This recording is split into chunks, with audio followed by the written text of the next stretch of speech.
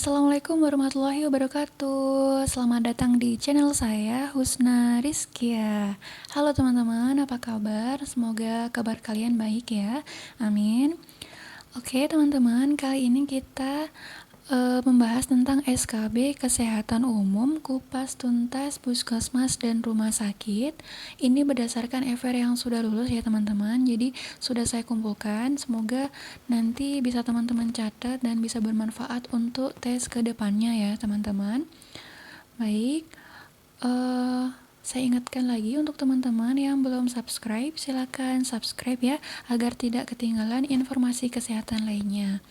Untuk bahan rujukan yang kita gunakan untuk video ini ada Permenkes dan undang-undang ya teman-teman tentang puskesmas dan rumah sakit. Sebenarnya masih banyak lagi, cuma di sini kita ambil yang umum ya teman-teman ya, yang mendasar seperti itu yang harus dipahami juga kayak gitu. Langsung saja ya teman-teman, kita ke soal nomor 1. Bismillahirrahmanirrahim. Suatu tempat yang digunakan untuk menyelenggarakan upaya pelayanan kesehatan, baik promotif, preventif, kuratif, maupun rehabilitatif yang dilakukan oleh pemerintah daerah dan atau masyarakat disebut dengan A. Puskesmas, B. Fasilitas pelayanan kesehatan, C. Upaya kesehatan masyarakat, D. Upaya kesehatan perseorangan, dan E. Rumah sakit. Jawabannya yang mana teman-teman? Yang B ya, fasilitas pelayanan kesehatan. Jadi, fasilitas pelayanan kesehatan itu adalah suatu tempat yang digunakan untuk menyelenggarakan upaya pelayanan kesehatan, baik promotif, preventif, kuratif, maupun rehabilitatif yang dilakukan oleh pemerintah daerah dan atau masyarakat. Sedangkan untuk puskesmas itu fasilitas pelayanan kesehatan di tingkat pertama dia mengutamakan promotif dan preventif ya teman-teman. Sedangkan kalau UKM atau upaya kesehatan masyarakat itu dia kegiatan di puskesmas yang berfungsi untuk menanggulangi timbulnya masalah kesehatan, sasarannya keluarga, kelompok, dan masyarakat. Jadi dia lebih ke arah luar gedung ya teman-teman. Kegiatan kayak posyandu, kemudian kayak di sekolah-sekolah itu namanya UKM. Sedangkan kalau yang UKP dia upaya kesehatan perseorangan ya. Jadi kayak individu, dia di dalam gedung ya teman-teman. Jadi kalau teman-teman datang ke puskesmas, nah itu namanya UKP, upaya kesehatan perseorangan. Jadi ditujukan untuk kesehatan perorangan seperti itu ya teman-teman. Kita ke soal nomor 2. Prinsip penyelenggaraan puskesmas meliputi kecuali A. Paradigma kesehatan, B. Pertanggungjawaban wilayah, C. Keterpaduan dan kesinambungan, D. Teknologi tepat guna, dan E. Ketersediaan sumber daya manusia kesehatan. Kecuali ya teman-teman, jawabannya yang E ya.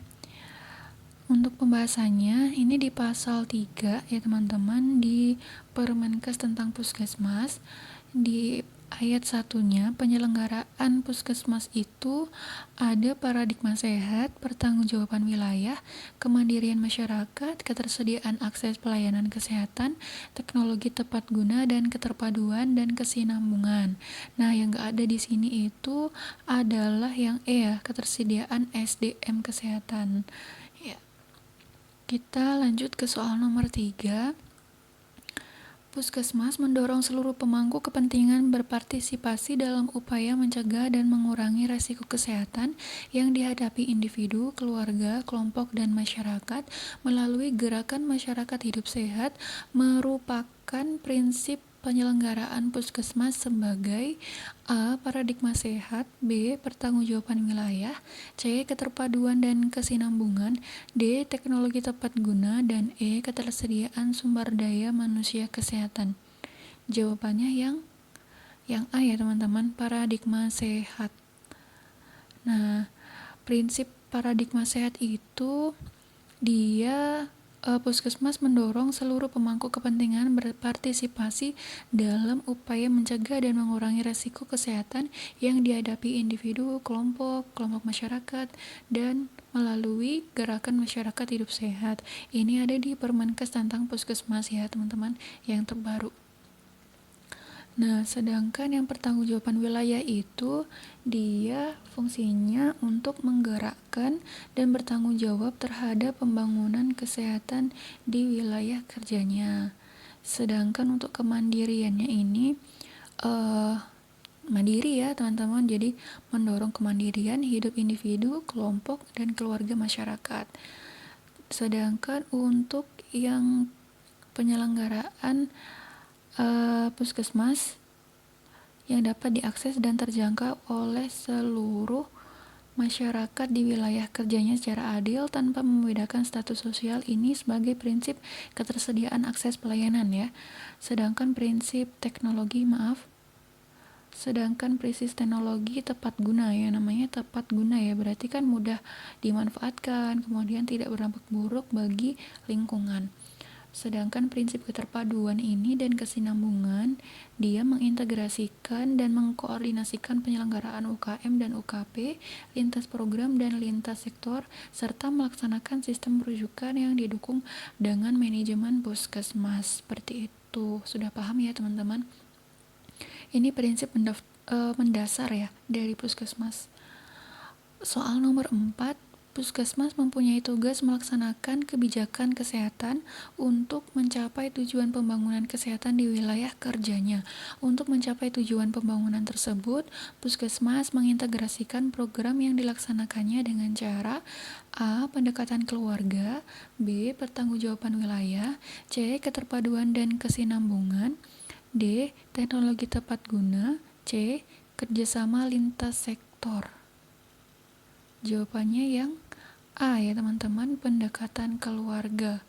Jadi di pasal 4 di Permenkes di puskesmasnya itu yang terbaru, puskesmas itu mempunyai tugas melaksanakan kebijakan kesehatan untuk mencapai tujuan pembangunan kesehatan di wilayah kerjanya. Nah, untuk yang di pasal 2 dan 3 ini dia menjelaskan dengan cara pendekatan keluarga seperti itu, karena pendekatan keluarga ini mengintegrasikan program dan meningkatkan jangkauan sasaran dan mendekatkan akses pelayanan kesehatan di wilayah kerja dengan cara mendatangi keluarga seperti itu. Untuk soal nomor 5, dalam rangka memenuhi pelayanan kesehatan yang didasarkan pada kebutuhan dan kondisi masyarakat, puskesmas dapat dikategorikan berdasarkan karakteristik wilayah kerja dan kemampuan pelayanan. Berdasarkan karakteristik wilayah kerjanya, puskesmas dikategorikan menjadi kecuali, ini gampang ya teman-teman, A. Puskesmas kawasan perkotaan, C. Puskesmas kawasan perbatasan, C. Puskesmas kawasan terpencil, D. Puskesmas kawasan perdesaan, dan E. Puskesmas kawasan sangat terpencil. Jawabannya yang B ya teman-teman, puskesmas kawasan perbatasan ya. Ini dari Permenkes yang terbaru ya teman-teman. Kalau dulu itu kan nggak ada ya yang namanya pedesaan ya, sangat terpencil dan terpencil ini dulu nggak ada yang di Permenkes tahun berapa ya, 2006 2014 tuh nggak ada. Sedangkan yang terbaru yang 2019 ini dia ada puskesmas perkotaan, pedesaan, terpencil, dan sangat terpencil gitu teman-teman. Jadi jangan lupa untuk update ya teman-teman, ada Permenkes yang terbaru yang saya sebutin di bagian awal tadi. Untuk soal nomor 6, rumah sakit mempunyai tugas memberikan pelayanan kesehatan perseorangan secara paripurna. Untuk menjalankan tugas tersebut, rumah sakit mempunyai fungsi sebagai berikut kecuali A. Penyelenggaraan pelayanan pengobatan dan pemulihan kesehatan sesuai dengan standar pelayanan rumah sakit, B. Penyelenggaraan dan peningkatan kesehatan dengan mengutamakan keselamatan pasien, C. Pemeliharaan peningkatan kesehatan perorangan melalui pelayanan kesehatan yang paripurna tingkat kedua dan ketiga sesuai kebutuhan medis, D. Penyelenggaraan pendidikan dan pelatihan sumber daya manusia dalam rangka peningkatan kemampuan dan pemberian pelayanan kesehatan, E. Penyelenggaraan penelitian dan pengembangan serta penapisan teknologi bidang kesehatan. Ini kecuali ya teman-teman. Jawabannya yang Yang B, penyelenggaraan dan peningkatan kesehatan dengan mengutamakan keselamatan pasien ya teman-teman. Kita lanjut. Nah, pembahasannya di sini di Undang-Undang Nomor 44 Tahun 2009 tentang rumah sakit di pasal 5 yang didetailkan ya teman-teman. Nah, poin A, B, C, dan D. Nah, yang tadi yang nggak ada di sini itu adalah tentang penyelenggaraan, peningkatan kesehatan, dan mengutamakan keselamatan pasien. Ini bukan ya teman-teman, nggak ada di sini. Oke, kita lanjut. Soal nomor 7. Setiap rumah sakit wajib terakreditasi. Akreditasi tersebut diselenggarakan secara berkala, paling sedikit setiap 3 tahun, dan yang telah beroperasi paling lama A. 5 tahun sejak memperoleh izin operasional untuk pertama kali, B. 4 tahun sejak memperoleh izin operasional untuk pertama kali, C. 3 tahun sejak memperoleh izin operasional untuk pertama kali, D. 2 tahun sejak memperoleh izin operasional untuk pertama kali, E. 1 tahun sejak memperoleh izin operasional untuk pertama kali. Jawabannya adalah yang D ya teman-teman, 2 tahun ya. 2 tahun sejak memperoleh izin operasional untuk pertama kalinya. Pembahasannya di Permenkes nomor 34 tahun 2017 tentang akreditasi rumah sakit ya teman-teman. Di situ di pasal 3-nya disebutin bahwa rumah sakit itu harus wajib ya terakreditasi paling sedikit 3 tahun sekali. Nah, kemudian setelah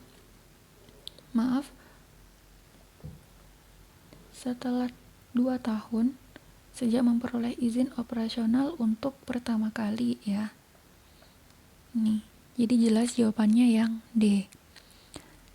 Kita lanjut soal nomor 8. Rumah sakit dapat dibagi berdasarkan bentuk dan jenis pelayanannya. Berdasarkan jenis pelayanan yang diberikan, rumah sakit dikategorikan dalam rumah sakit umum dan rumah sakit khusus. Pelayanan yang diberikan rumah sakit umum paling sedikit terdiri atas kecuali A. Pelayanan medik dan penunjang medik, B. Pelayanan rujukan, C. Pelayanan keperawatan dan kebidanan, D. Pelayanan non-medik. Jawabannya yang B. Pelayanan rujukan ya teman-teman.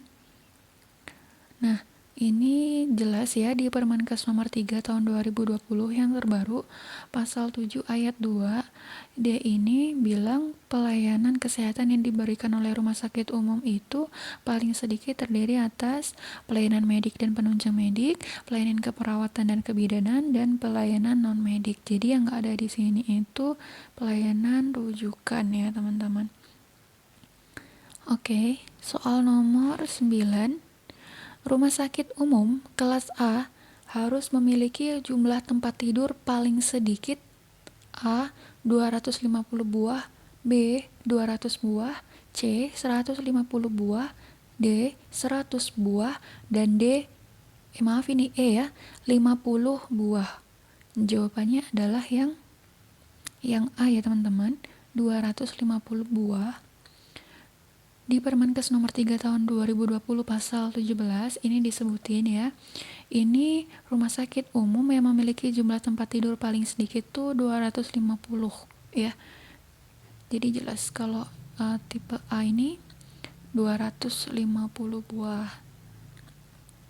Oke, soal nomor 10 terakhir ya. Setiap rumah sakit harus menyelenggarakan pelayanan rawat inap, rawat jalan, dan kegawat daruratan. Dalam menyelenggarakan pelayanan rawat inap, rumah sakit harus memiliki A. Jumlah tempat tidur perawatan kelas 3 paling sedikit 30% dari seluruh tempat tidur untuk rumah sakit milik pemerintah pusat dan pemerintah daerah. B. Jumlah tempat tidur perawatan kelas 3 paling sedikit 20% dari seluruh tempat tidur untuk rumah sakit milik pemerintah pusat dan pemerintah daerah. C. Jumlah tempat tidur perawatan kelas 3 paling sedikit 10% dari seluruh tempat tidur untuk rumah sakit milik pemerintah pusat dan pemerintah daerah. Dan D, jumlah tempat tidur perawatan kelas 3 paling sedikit 8% dari seluruh tempat tidur untuk rumah sakit milik